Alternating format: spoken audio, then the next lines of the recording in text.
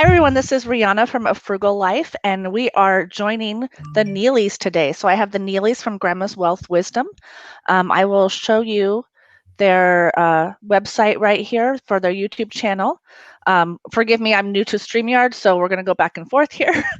This is my first StreamYard Live, but I'm excited to have Brandon and Amanda on. They're going to talk to you about their YouTube channel and their FIFE program. And welcome, Amanda and Brandon. Thank you, Rihanna. It's good to be here. Thanks for having us. Yay. So let's start out with why you started Grandma's Wealth Wisdom, and you want to tell us a little bit about it? And I will put us back on the screen here. Go ahead, Brandon. So one of the things that we started it was we were in the midst of selling our coffee shop business, and with selling that business, we were saying, all right, well, Amanda was 6 months pregnant at the time, right? Or so, yeah. And Amanda was like, yeah, Brandon, you need to go get a job now. And I was like, yeah, that's not necessarily the best thing that I want to do. I want to create our own kind of still do entrepreneurship. And we had come across this financial strategy that really helped us in our business. So that way we could actually sell the business and not close the business. And so I applied to work under my now mentor. And he told me no, that he wouldn't hire me. And he said, because you're an entrepreneur and I need some people that can work under me that aren't going to screw things up. I was like, okay, thanks. I appreciate the vote of confidence that I won't screw up your business. And then like 2 months later, he comes back to me and says, I have an idea. How about you guys create your own entity? I'll still mentor you.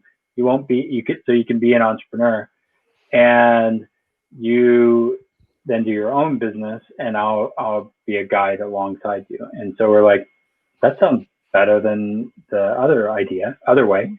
And so we're like, well, what do we call this new business?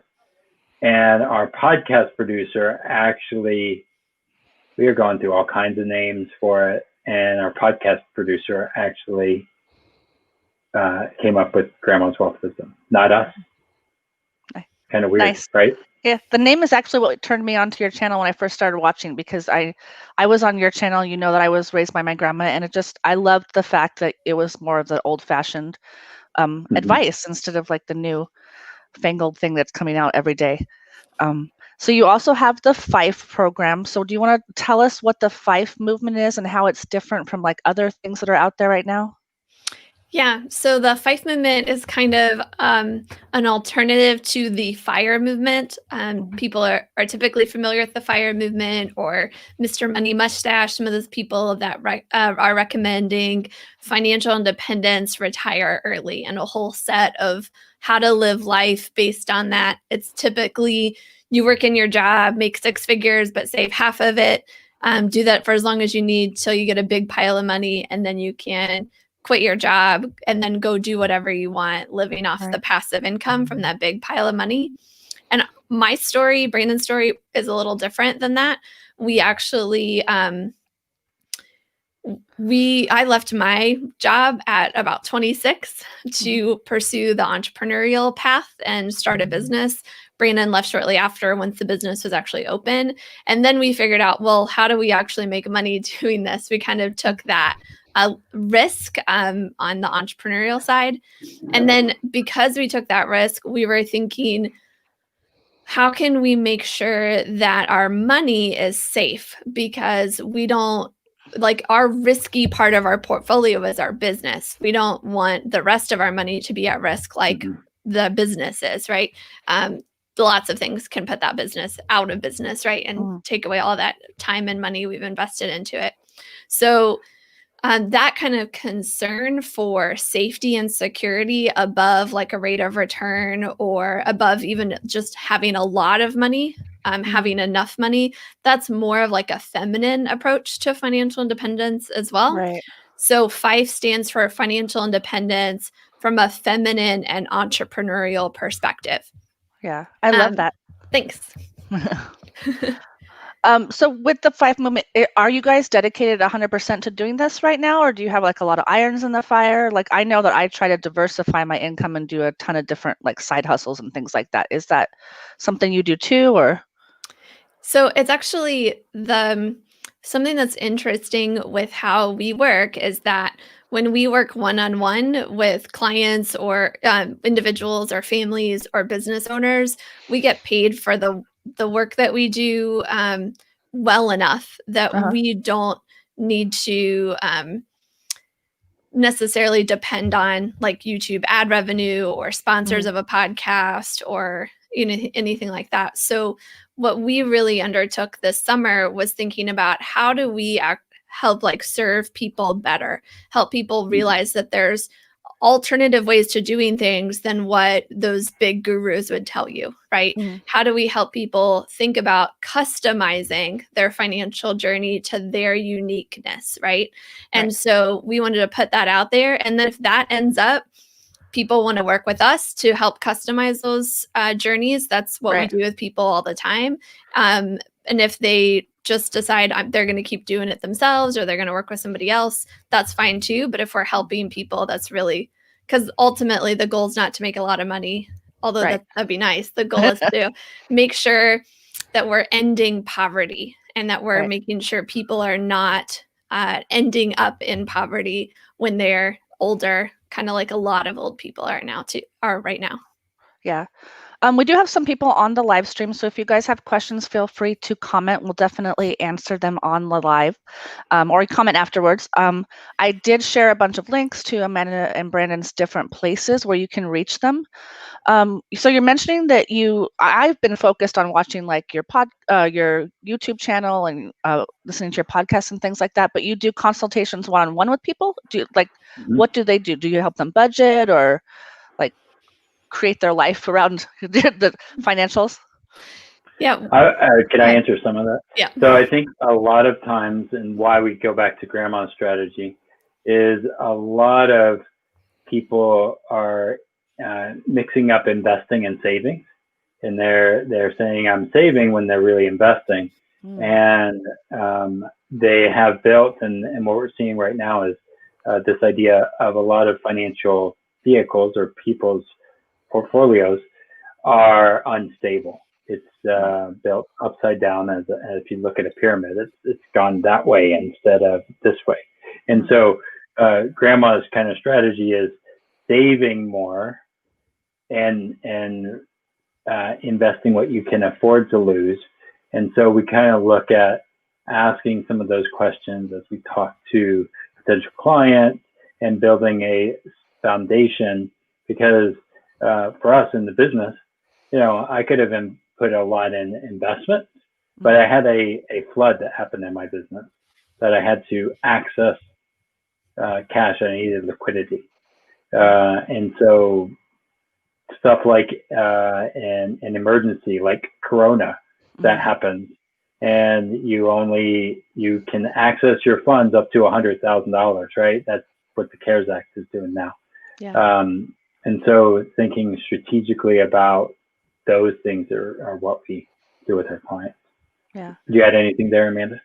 Yeah, I would say that the biggest thing that we do is when people have kind of the basics down, they're budgeting, they're regularly setting aside money for the future. It could be a little bit, could be a lot. But they're not necessarily super rich yet, right? They're in this in between. We help them figure out the path to going from, okay, got a little stability, got some extra money, not really sure if I should pay off debt, save for retirement, do something else with it. We help them choose what to do with it so that they meet their ultimate goals both now and in the future. Yeah, that's great. I think most of my audience members, especially that came from the Facebook group and stuff, are not real high income. That's why they're doing like a frugal living. They're more Right. low income or middle income. And I think a lot of like financial consultations and things like that ignore that group because you don't have a ton to invest, right? Exactly. So I think I love that you're focused on like, I feel like what you do could be anybody could help them, really. Yep. So you mentioned the pandemic. That was one of my questions. So do you think that your FIFE movement really applies towards like things that happen. I think you mentioned already, like the flood and the stability and things like that. How do you feel about the pandemic right now, and like how is it affecting your business and your life and everything? Go ahead, Brandon. Oh, I mean, for us, I think we deal a lot with more stability things, and people have been rocked by even the swings of the market. I mean, like the market is not correlated with the economy. And I think that people are feeling that.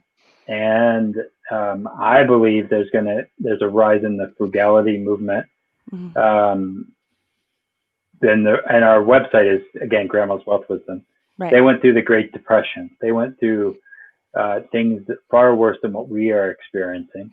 And they saved more. And I think the frugality thing is going to be a thing of, this is what we're going to have to deal with for at least the foreseeable future.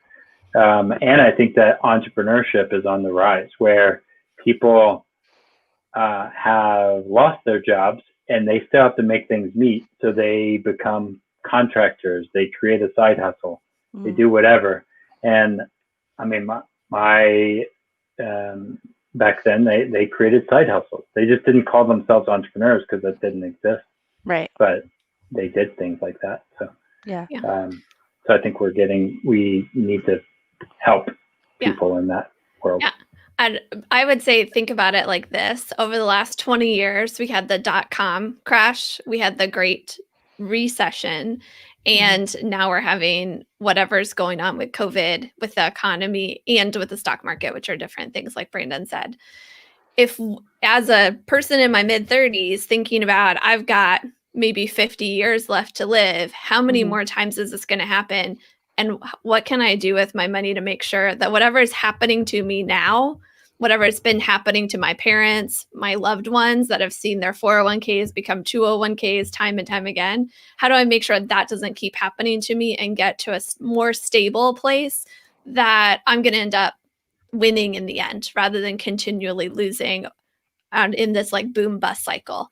So that kind of thinking brings a lot of hope, even while we're in, one of these challenging times, that we can take control. We can have confidence in the decisions we're making. We can move to a better place, not just stay where we are.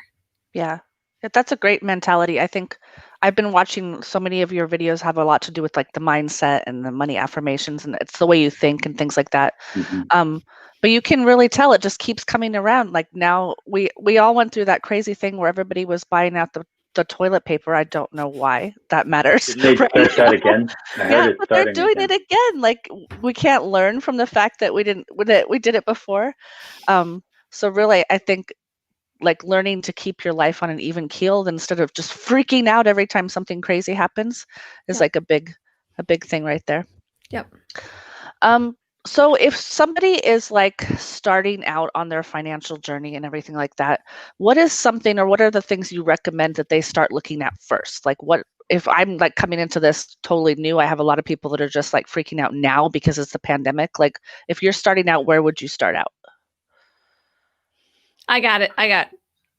Can I go first in this one? Oh, yeah, see Amanda thinking. She's got it. So there's this book called The Richest Man in Babylon, which was written back in the early 1900s. It's very male chauvinist. Like, I don't even know. I think there's one woman in the whole book. But if you can get past that, it's got some really good nuggets in there. And when it was first published, it was published as like the time-tested wisdom about money, right? And when you read it today, it's like, yeah, this stuff is true. And one of the basic premises is that a portion of all I earn is mine to keep. A portion of all I earn is mine to keep. And whether that's 1%, 2%, 5%, 10%, whatever it is, a portion is yours to keep, to not spend, to not give away in fees, to not, send into the Internal Revenue Service for taxes, to not pay into Social Security or Medicare, right? Like to not even just leave to your children or, whatever, but it's yours to keep. And that has a really, if if I got to go back and talk to my 18-year-old self getting my first job the summer between high school and college, I was really good at saving then, but then I would spend it, right? Like the first quarter of college, I spent all the savings from that summer.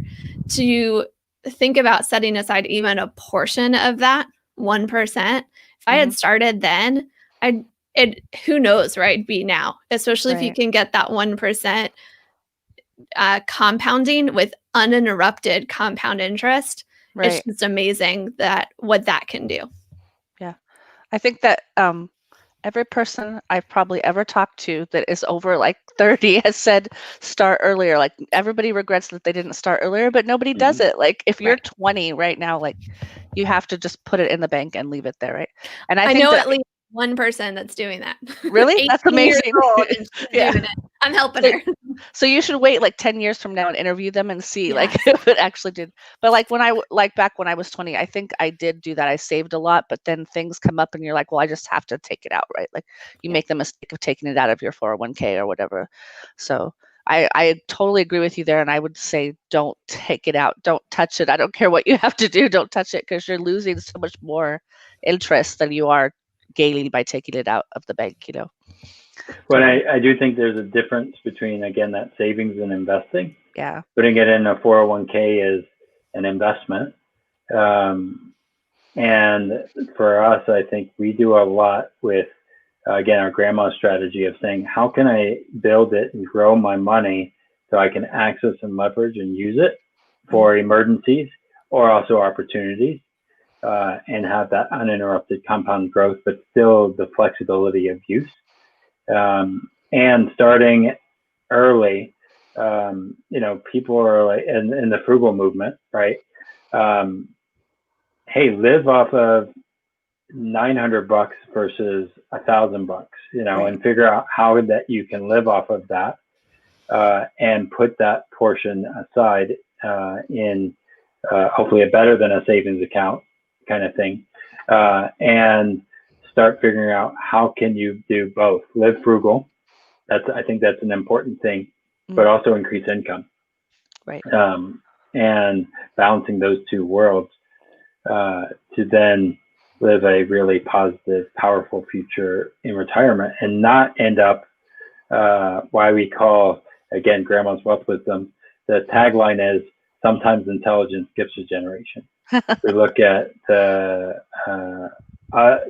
this generation now and saying, with the market the way it is, it's at an all-time high right now, right? So theoretically, if it's an all-time high, shouldn't the baby boomers be in a really positive place? Right. Theoretically, that's what we've been told. Is that really true? Is to ask that question. And if you're younger, what are you going to do about it?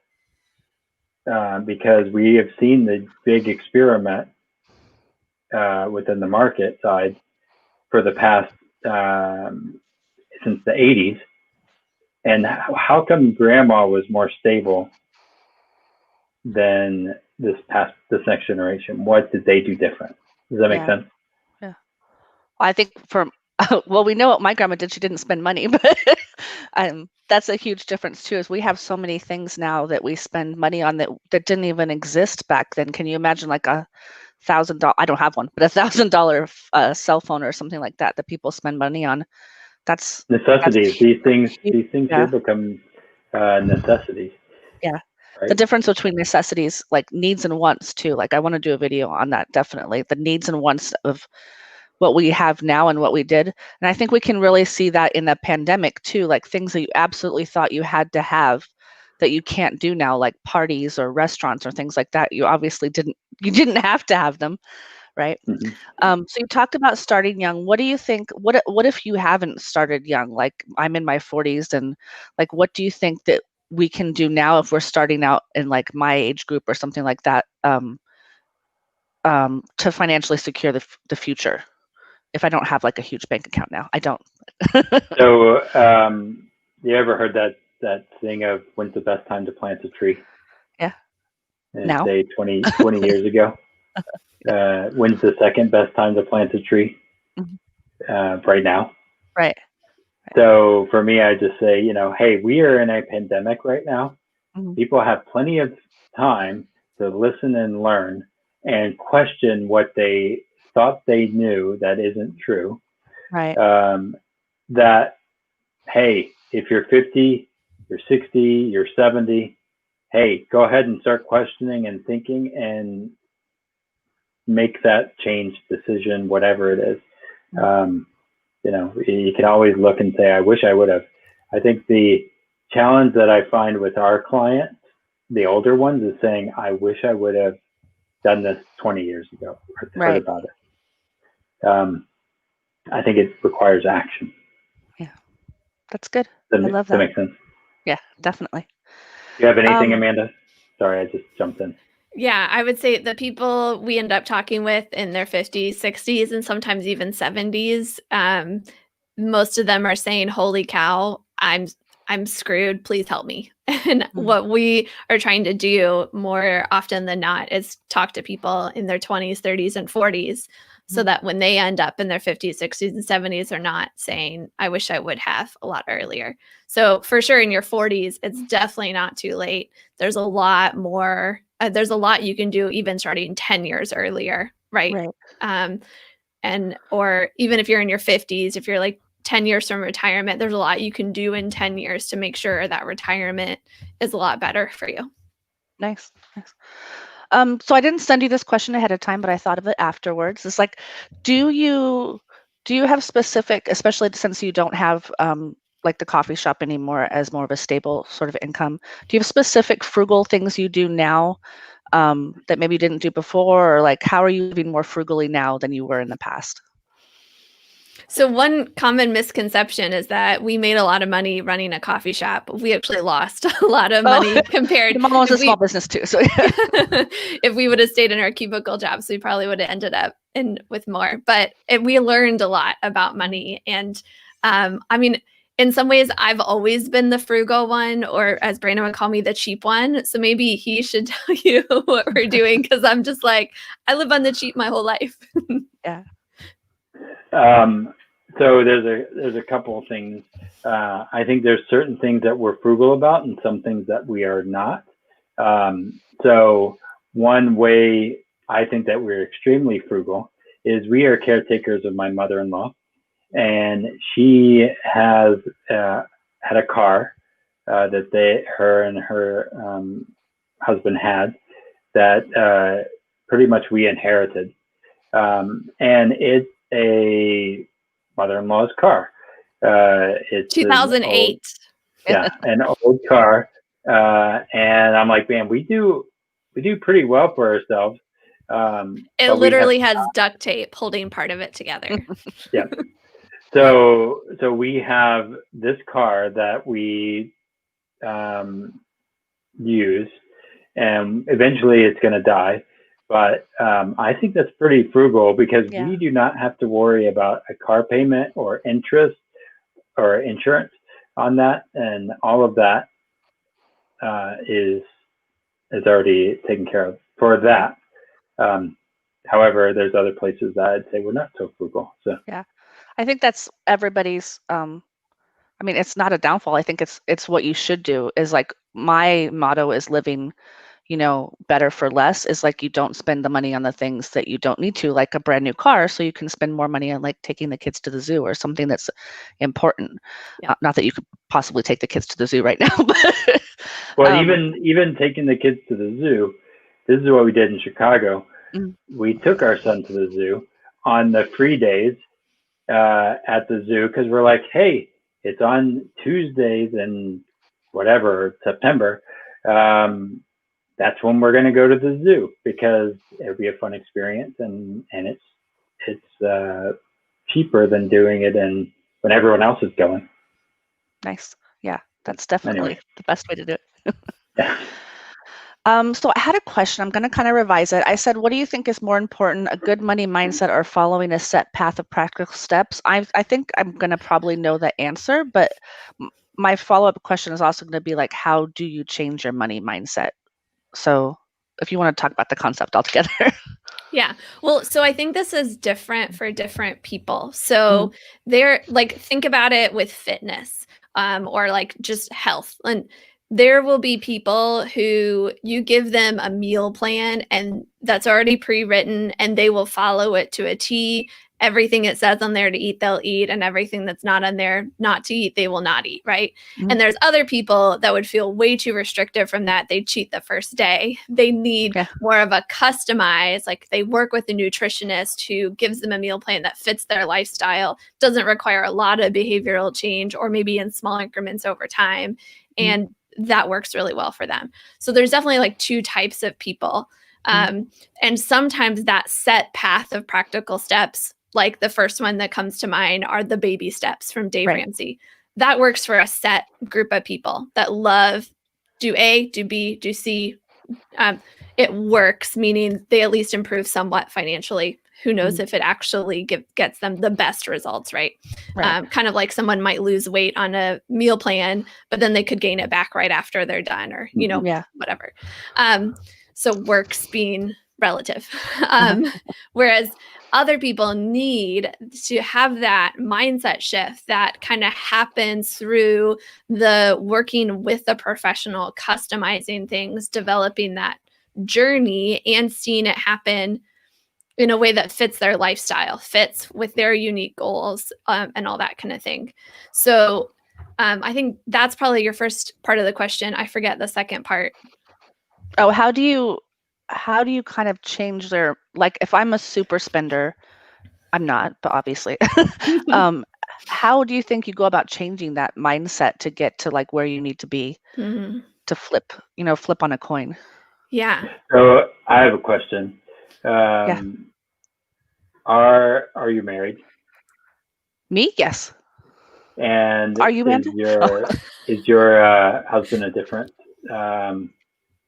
than you on his habits? That is a great question. So when we first got married, my husband was a super spender. Like if you went to the sportsman shop and you had a choice of one thing or the other thing, the most important thing was the cost of it. Like the cost equaled value. But after 20, and you're going to tell me I look too young for this, but after 25 years together, then he is completely flipped, and he is like sometimes more frugal than me. And I'll be like, well, we should just splurge and go to the diner. And he's like, no, we're not. So it's definitely completely flipped, but that took a long time for me to flip into the frugal side. So you think you influenced him? Yeah. On that? Yeah. What I think in some regards is in relationship, you have to be in relationship to people, and why we create these channels, right? The YouTube channel for us and yours. Sometimes it takes a long time to let something seep in to make things change, or have things change, or it becomes inception. Like I know I was or am still a spender more until Amanda. The inception thing where she already has an idea, and then I think I thought of it, but yet I didn't think of it. But I internalized it because I thought it was my idea, but it's actually hers, or you know what I mean? Yeah. And so some of that takes time, but you have to know that you want to change, and be open to being changed. That's funny because I heard you say in another video that Amanda was the smart one. What do you mean? I think she is. Yeah.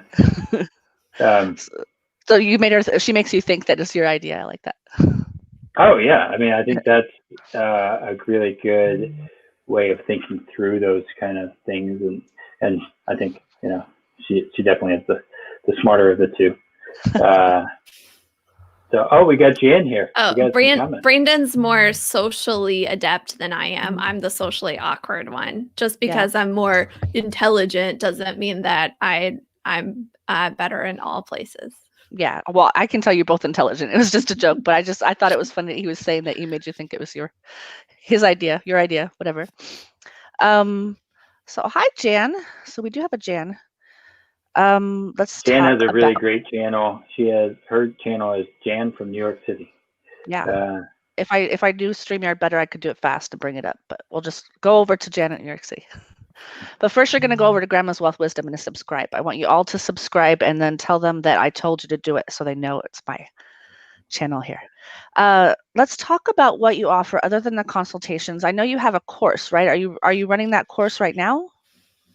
Yeah, we launched it this summer as a way to give people some practical steps they could take that they can also customize to their situation. We tried to make it that not just do A by B, C, but do A, but you could do it this way, or this way. Choose which one's most appropriate to you, kind of thing.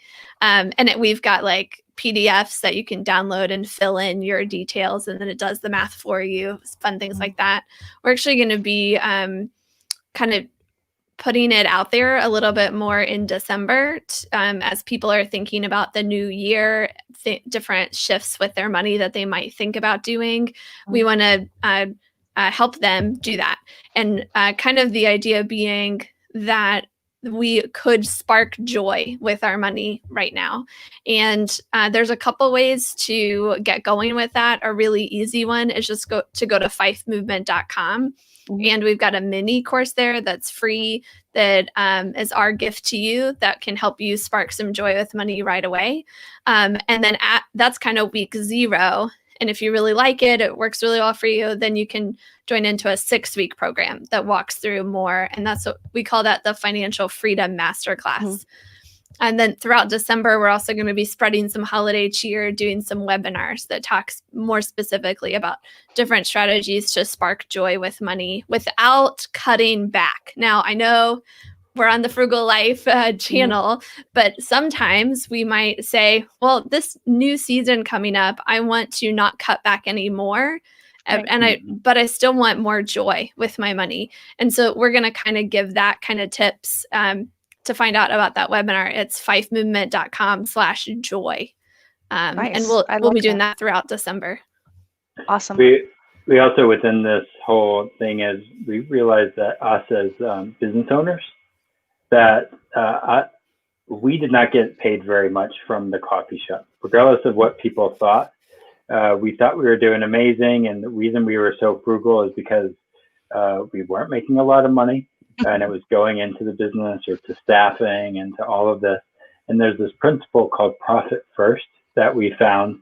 And as we think through this strategy, it's a really great book. I recommend everybody read it, especially because if we're doing side hustles, we are creating a business. If you want income from that side hustle, then that's a business.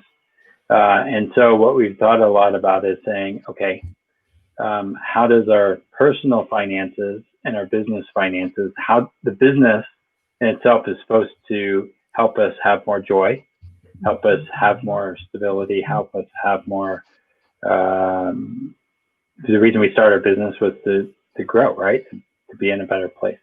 Right. But yet you're supposed to keep them separate for tax reasons and for everything else.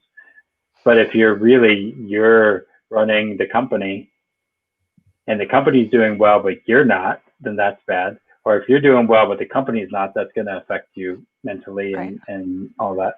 So we kind of thought about those two ideas, especially as entrepreneurship is on the rise.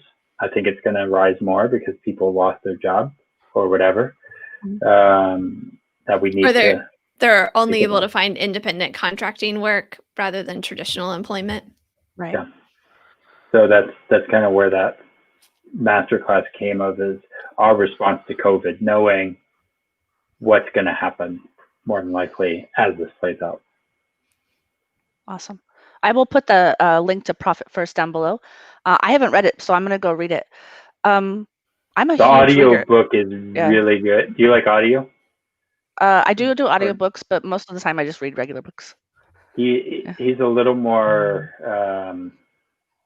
fun, I guess, listening to him do the audiobook. Yeah, he's one of those authors that will ad-lib a little bit, like, oh, this isn't in the book, but I was thinking about blah, blah, blah. Oh, nice. Yeah. And here's the funny thing. This was the most frugal gift I ever gave Amanda. It's true. I would say 100%. So basically, they were doing, hey, if you listen to the podcast and you write a review, we'll send you a book. And I was like, great, I'm going to write a review and get a free book. And so I got the free book. And I was like, Amanda would love this as a Christmas present. And so I gifted it to her for Christmas, and she really loved it. And it cost me no money. That's fantastic. My mom and I are very frugal, and we always tell each other how much we spent, and we always want to spend less, not more. So like the less you spent on the gift, the better the gift is. Yeah, it's fun. We set a gift budget, right? Brandon gets a set amount to buy for me. I get a set amount to buy for him. He almost always goes 10 to 20 bucks over. So I tell him 10 to 20 bucks less than what I'm thinking. I shouldn't have told him that. But it makes it a lot more fun to buy the gifts because you have to think through what fits within this, right? And what's the best things I can get for this amount rather than you just buy whatever. Right. We do that too. We have a budget for each of us, but like a long time ago, we stopped like surprising each other with gifts because I know some people love surprises, but we're like, now I have this beautiful stuffy over here that I don't really want. I would rather you spend the money over here on like a cooking course or something like that. So now we give each other a budget and we go out together and we buy the presents together. So we buy them so we know we have something we exactly wanted, but we definitely fit within a budget. Gotcha. We do lists, but then the person doesn't have to stick with the list if they don't want to. I mean, like really at this point, I'm like, I don't even know what I want or need for Christmas. Oh, I know exactly what I'm going to get you, Brandon, and you have no idea. You're going to love it. Yeah. She's not going to spill it on this one. So. Nope. I got to start thinking about what she wants for Christmas. Yeah. Again, I'll make something. So we're on the Frugal channel. I should make something and she'll love it. She'll love it anyways because it came from you.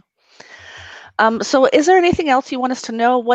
You talked about the joy thing that's coming up, and we have the digital course, we have the YouTube channel. Everybody go subscribe to their YouTube channel so you don't miss anything. And you guys are putting out videos like once a day now, right? Monday through Friday, every day. Yep. Extremely ambitious. I am like so jealous of you. I could never do that. Just for time wise, but every video they do is so great. It's got a wealth of information in each one. It's definitely not quantity over quality. It's worth it. So you guys need to go watch it. I think my last question here is probably, what is the most important thing you want our users to know about what you offer to people? Is there anything else we missed? Anything you want to talk about? Like what else can we make sure that we get in on this video? Yeah, for me, the most important thing is that you know our heart behind it. We really try as much as possible anytime we talk to someone to provide value for them, to help them out, even if they're never going to actually do business with us. And if they are thinking about doing business with us, we try to go that extra mile because we know that helping people make sure they're getting to a better place financially is good for them. It's good for their family, for their neighborhoods, for their communities, for the world, right? People get smart with money. They're able to be more giving and charitable, or at least less stressed. So they're nicer when they're at the grocery store or whatever. So and I tell people all the time, also, when it comes to when they're doing business with me, if they ever feel like I'm not looking out for their best interests and I'm just trying to make money, or I'm putting my interests ahead of theirs, they need to call me on it, because that is not what I'm intending to do. And there must be some kind of miscommunication or something. And I feel really fortunate that I get to live life that way. Not everybody does. They have to make that sale. They have to meet those sales goals. They got to make, the commission, whatever it is. And, but I also believe that we could create a world where that's true. And people work for more than just what they're going to get paid. And I look forward to hopefully creating that sort of economy over my lifetime, or at least in some way, shape, or form.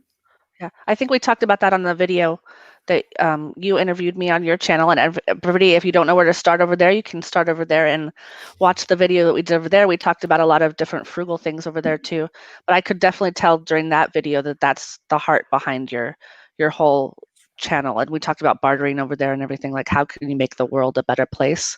And you said have to. I don't think people have to make a profit or a bigger sale. I think that that's definitely a thing in their heart that they want to, and they prioritize that over something else. So Yeah. what do you think, Brandon? What's your take on it? I mean, I think part of what we need to be doing is really that idea of what we think we know that isn't so. And part of what Amanda's doing with these FIFE videos and go back and start from the beginning and listen, because she just asks questions and we ask a lot of questions about why do we believe, why is buy term and invest the rest the mantra, is that helpful, and could it be Dave Ramsey and Susie Orman and Barbara Kiyosaki and those types?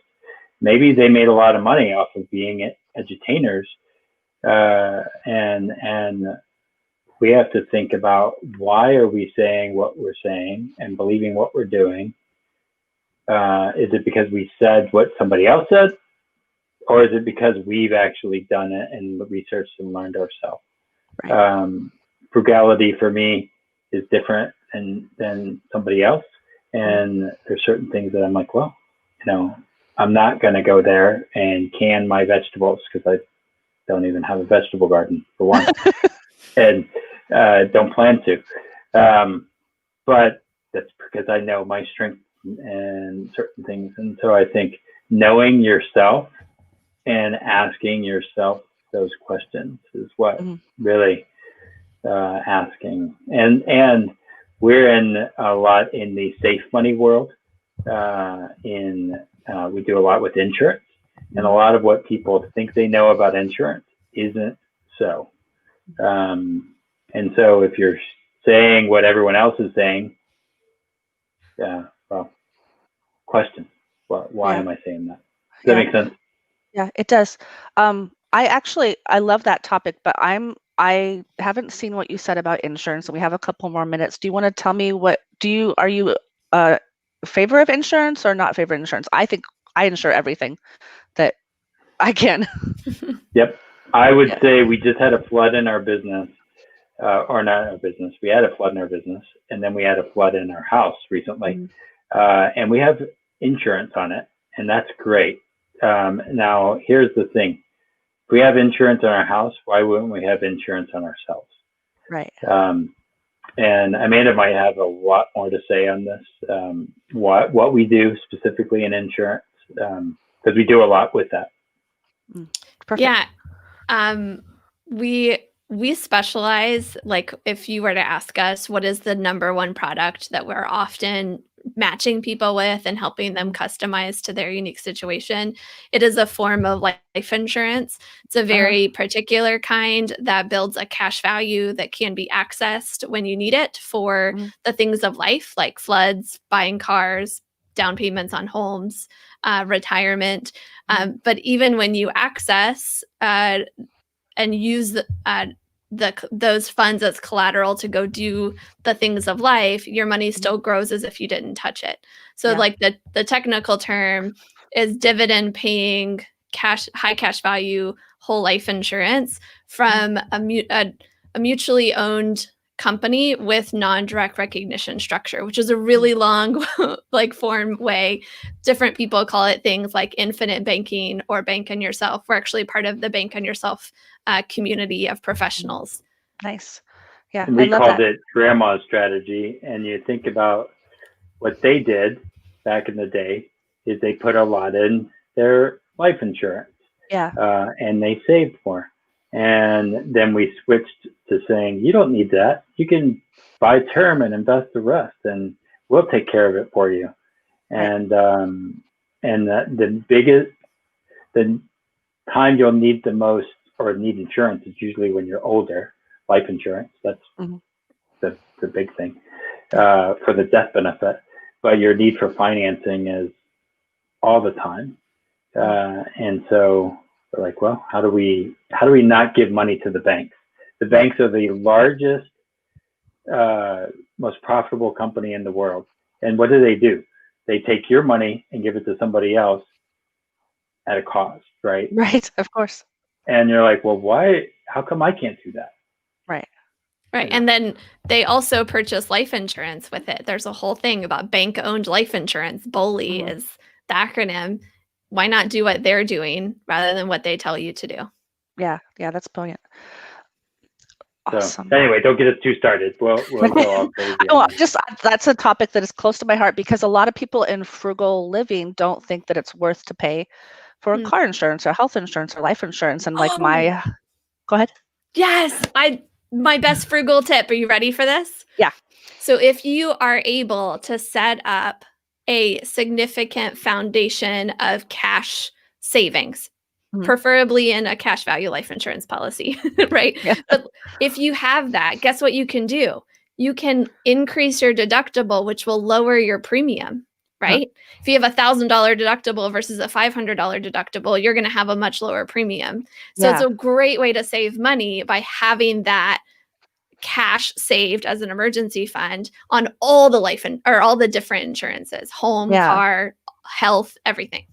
Yeah, that's fantastic. That is fantastic because everybody thinks that they can't afford it and they don't increase their deductible. Why not just save the deductible instead of $10,000? My husband just went into the hospital for 5 days and we're in America, so it was like $108,000, but insurance covered it all. So like if we hadn't had insurance, it would be insane. So this, I think, go ahead. I was just going to say, when people say they can't afford it, like, so the problem is with insurance and all of that is health insurance, right? Imagine if you didn't have it. Yeah. How much worse off you would have been. Yeah. And people think they can't afford it until something happens and they need it. And then they're like, man, I wish I would have. Yeah. That's the whole point of and it doesn't matter if you're the most healthy 20-year-old on the planet. I mean, you can get hit by a bus. You have no idea what's going to happen. Yep. So it has been great talking to you. This has been Amanda and Brandon Neely from Grandma's Wealth Wisdom. I put all kinds of links in the YouTube thing below for how to get a hold of you with your YouTube page. I did put the mini course link down there. Okay. And then Brandon, if people want to get a hold of you directly, they should use that request link, right? I put your meeting request link in the thing below. Or you can email us. Mine is Brandon at Grandma's Wealth Wisdom, and Amanda's is Amanda at Grandma's Wealth Wisdom. So awesome. Pretty easy. This has been great. We should think of another topic and we'll come on and talk again. I love having you guys on the channel. Thank you. You too. Thanks for letting us be here. We'd love to have you back on our channel as well. Definitely. Awesome. So I will talk to you guys later and I will sign off now. Thank you. Awesome. All right. Bye. Have a great day, guys.